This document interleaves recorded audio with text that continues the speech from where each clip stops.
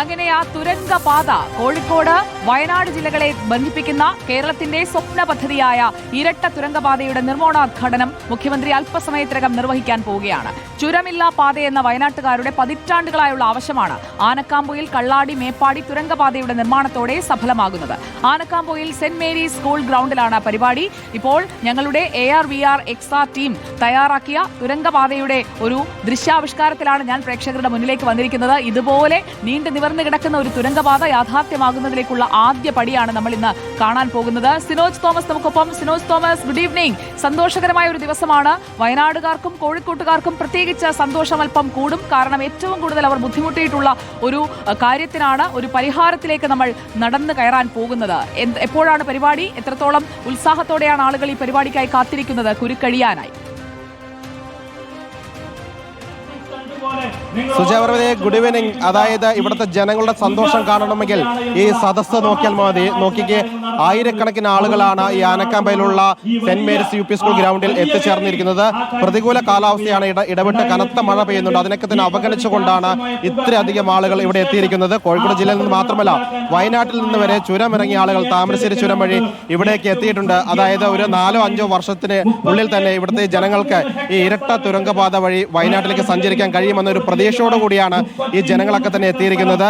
ഔദ്യോഗിക പരിപാടി ആരംഭിച്ചിരിക്കുന്ന മന്ത്രി AK ശശീന്ദ്രനാണ് ഇപ്പോൾ വേദിയിലേക്ക് പോകുന്നത്. ലിൻഡോ ജോസഫ് MLA സ്വാഗത പ്രസംഗം നടത്തുകയാണ്. ധനകാര്യ വകുപ്പ് മന്ത്രി സ്റ്റേജിലുണ്ട്, പൊതുമരാമത്ത് വകുപ്പ് മന്ത്രി സ്റ്റേജിലുണ്ട്.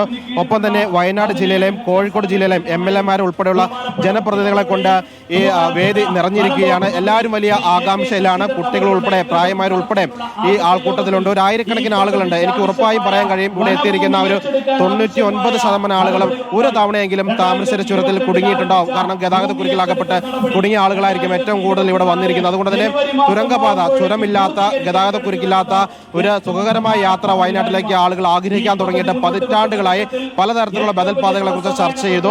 പക്ഷേ ഏറ്റവും ഒടുവിൽ യാഥാർത്ഥ്യമാകാൻ പോകുന്നത് ചുരമില്ലാതെ തുരങ്കപാതയാണ്. ആകെ 8 കിലോമീറ്ററും 73 മീറ്റർ നീളമാണ് ഈ പാതയൊക്കെ. അതിൽ 8 കിലോമീറ്ററും 11 മീറ്ററും ഇരട്ട തുരങ്കപാതയാണ്. സാധാരണ തുരങ്കപാത എന്ന് പറയുമ്പോൾ ഒരു തുരങ്കമാണ്, പക്ഷേ ഇവിടെ നിർമ്മിക്കാൻ പോകുന്നത് ഇരട്ട തുരങ്കപാതയാണ്. ഒരേ സമയം അങ്ങോട്ടും ഇങ്ങോട്ടും വാഹനങ്ങൾക്ക് കടന്നു പോകാൻ കഴിയുന്ന ഇരട്ട തുരങ്കപാതയാണ്. അതായത് കോഴിക്കോട് ജില്ലയെയും വയനാട് ജില്ലയെ ബന്ധിപ്പിക്കുന്നതെന്ന് മാത്രമല്ല, ഇത് ഗതാഗതത്തിന് മാത്രം ഉപകാരപ്പെടുന്ന ഒരു പദ്ധതിയല്ല, ടൂറിസം മേഖലയ്ക്ക് ഉണർവ് നൽകുന്ന പദ്ധതിയാണ്. ഒപ്പം തന്നെ ഒരു വ്യവസായ ഇടനാഴി വരെ തുറന്നു കൊടുക്കാൻ സാധ്യതയുള്ള വലിയൊരു പ്രൊജക്റ്റാണ് കേരളത്തിൽ തുറക്കാൻ പോകുന്നത്. കേരളത്തിൽ മാത്രമല്ല, രാജ്യത്തിന് തന്നെ അഭിമാനമാകുന്ന ഒരു പദ്ധതിയായിരിക്കും. എല്ലാവരും ലിൻഡോ ജോസഫ് MLA പ്രസംഗം ആകാംക്ഷയോടെ കേട്ടിരിക്കുകയാണ്. മുഖ്യമന്ത്രിയാണ് ചടങ്ങ് ഉദ്ഘാടനം ചെയ്യുന്നത്. അല്പസമയത്തിനകം തന്നെ മുഖ്യമന്ത്രി ഈ വേദിയിലേക്ക് കടന്നു വരും. എല്ലാവരും ആകാംക്ഷയോടെ കാത്തിരിക്കുകയാണ് അല്ലേ? താമരശ്ശേരി ചുരമ്പഴേക്ക് സഞ്ചരിച്ച ആളുകളായിരിക്കും. ഒരിക്കലൊക്കെ കുടുങ്ങിയിട്ടുണ്ടോ? ചുരം വഴി പോയി കുടുങ്ങിയിട്ടുണ്ടോ എപ്പോഴെങ്കിലും?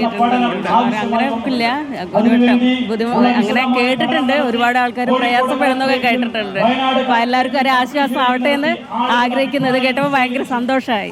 നമ്മളെ നാട്ടിലൂടെ ഇങ്ങനെ ഒരു ഇതുണ്ടാവുന്ന സന്തോഷമുണ്ട്. സാധാരണക്കാരുടെ സന്തോഷമാണ് നമ്മൾ കാണുന്നത്. ഈ ചടങ്ങ് ഇവിടെ നടക്കുമ്പോഴും താമരശ്ശേരി ചുരത്തിൽ 9ാം വളവിൽ ലോറി കുടുങ്ങി ഗതാഗത കുരുക്കുണ്ടാകുന്നു. കഴിഞ്ഞ ചൊവ്വാഴ്ച വൈകുന്നേരം അവിടെ വ്യൂ പോയിന്റിൽ മണ്ണിടിഞ്ഞ് വീണ് ഗതാഗത കുരുക്ക് വലിയ രീതിയിലുണ്ടായിരുന്നു. 3 ദിവസം ചുരം പൂർണ്ണമായി അടയ്ക്കേണ്ട സാഹചര്യം വന്നു. ഇപ്പോഴും ആ ഗതാഗത കുരുക്ക് മാറ്റാൻ സാധിച്ചിട്ടില്ല. ആ വേളയിലാണ് ഏറെ സന്തോഷം നൽകുന്ന, ആശ്വാസം നൽകുന്ന തുരങ്കപാതയുടെ നിർമ്മാണ ഘട്ടത്തിലേക്ക് സംസ്ഥാന സർക്കാർ കടക്കുന്നത്. 2134 കോടി രൂപ മുതൽ മുടക്കിക്കൊണ്ടാണ് ഈ പദ്ധതി ഇവിടെ ആരംഭിക്കാൻ വേണ്ടി പോകുന്നത്. എല്ലാവരും ആകാംക്ഷയോടെ കാത്തിരിക്കുന്നു. പല സ്ഥലങ്ങളിൽ നിന്ന് വന്ന ആളുകളുണ്ട്. ഞങ്ങൾ ഇവിടേക്ക് വരുമ്പോൾ വയനാട്ടിൽ നിന്ന് വരെ ആളുകൾ ഈ ചുരം ഇറങ്ങി ഇവിടേക്ക് വരുന്നുണ്ടായിരുന്നു. നിങ്ങളൊക്കെ ഇവിടെ ഉള്ളവരാണോ? ഞാൻ കൊടുവള്ളി മണ്ഡലം. ഒരുപാട് തവണ ചുരത്തിലൂടെ പോയിട്ടുണ്ടാവൂലേ? ഉണ്ടാവും. കുടുങ്ങിയിട്ടുണ്ടോ? കുറേ പ്രാവശ്യം കുടുങ്ങിയിട്ടുണ്ട്. കൊണ്ടുണ്ട് കുറേ പ്രാവശ്യം കുടുങ്ങിയിട്ടുണ്ട്. കുറേ ദിവസം ബ്ലോക്കിലും കുടുങ്ങിയിട്ടുണ്ട്. 2 മണിക്കൂർ 3 മണിക്കൂർ ബ്ലോക്കിൽ കുടുങ്ങിയിട്ടുണ്ട്. ഞങ്ങൾ, എൻ്റെ വൈഫിൻ്റെ വീട് അമ്പലവയലാണ്. അത് കുറേ പ്രാവശ്യം ബ്ലോക്കിൽ കുടുങ്ങിയിട്ടുണ്ട്. ഇത് യഥാർത്ഥമാകുന്നതാണ് ഞങ്ങളുടെ സ്വപ്നമാണ്. ഞങ്ങളുടെ സ്വപ്ന പദ്ധതിയാണിത്. സ്വപ്ന പദ്ധതിയാണ്. ആണോ? ഓക്കെ. സുജയ കേട്ടല്ലോ, വൈഫ് ഹൗസ് വയനാട്ടിലാണ്. എൻ്റെയും വൈഫ് ഹൗസ് വയനാട്ടിലാണ്. ഞാനും ചുരത്തിൽ പലതവണ കുടുങ്ങിയിട്ടുള്ള ഒരു മനുഷ്യനാണ്. അതുകൊണ്ട് ഈ പദ്ധതി വരുന്നതുകൊണ്ട് വ്യക്തിപരമായിട്ട് എനിക്കും ഒരു സന്തോഷമുണ്ട്. കാരണം ചുരത്തിൽ ഉൾപ്പെടെ ചുരം ബ്ലോക്ക് ആയതുകൊണ്ട് പലതവണ വയനാട്ടുകാർക്ക് മുകളിലോട്ട് പോകാനോ താഴോട്ട് വരാനോ കഴിയാത്ത സാഹചര്യമുണ്ട്. നിരവധി ആളുകളാണ് ജീവൻ പണയം വെച്ച് ആംബുലൻസിൽ കോഴിക്കോട് മെഡിക്കൽ കോളേജിൽ വരുന്ന വഴിക്ക് ചുരത്തിൽ കുടുങ്ങിപ്പോകുന്ന സാഹചര്യം ഉണ്ടായത്. വിമാനത്താവളത്തിലേക്ക് പോകേണ്ടവർ ചുരത്തിൽ കുടുങ്ങി വിമാനം യാത്ര മുടങ്ങിയ ആളുകളുണ്ട്. അങ്ങനെ പല ഓഫീസുകളിലേക്ക് കൃത്യമായി എത്താൻ കഴിയാതെ പോയ ആളുകളുണ്ട്. അങ്ങനെ നിരവധി ആളുകൾ പലതരത്തിൽ അനുഭവങ്ങളുള്ള മനുഷ്യന്മാരാണ് ഇവിടെ എത്തിയിരിക്കുന്നത്. എല്ലാവരും ആകാംക്ഷയോടും പ്രതീക്ഷയോടും കൂടിയാണ് പദ്ധതി കാണുന്നത്. അല്പസമയത്തിനകം തന്നെ മുഖ്യമന്ത്രി എത്തുമ്പോൾ ഞാൻ വീണ്ടും എത്താം സിനോജിലേക്ക്. എല്ലാവരും ആകാംക്ഷയോടെ കാത്തിരിക്കുന്നത് മുഖ്യമന്ത്രി ഉദ്ഘാടനം നടത്തിക്കൊണ്ട് പറയുന്ന വാക്കുകൾക്കായിട്ടാണ്. വയനാട്, കോഴിക്കോട് ജില്ലകളുടെ വികസന സ്വപ്നങ്ങൾക്ക് ഗതിവേഗം പകർന്നാണ് ആനക്കാംപൊയിൽ കള്ളാടി മേപ്പാടി തുരങ്കപാതയുടെ നിർമ്മാണ പ്രവൃത്തികൾ ഇപ്പോൾ ഉദ്ഘാടനം ചെയ്യാൻ പോകുന്നത്. വലിയ പ്രതീക്ഷയിലാണ് മേപ്പാടിയിലെ നാട്ടുകാർ. തുരങ്കപാത യാഥാർത്ഥ്യം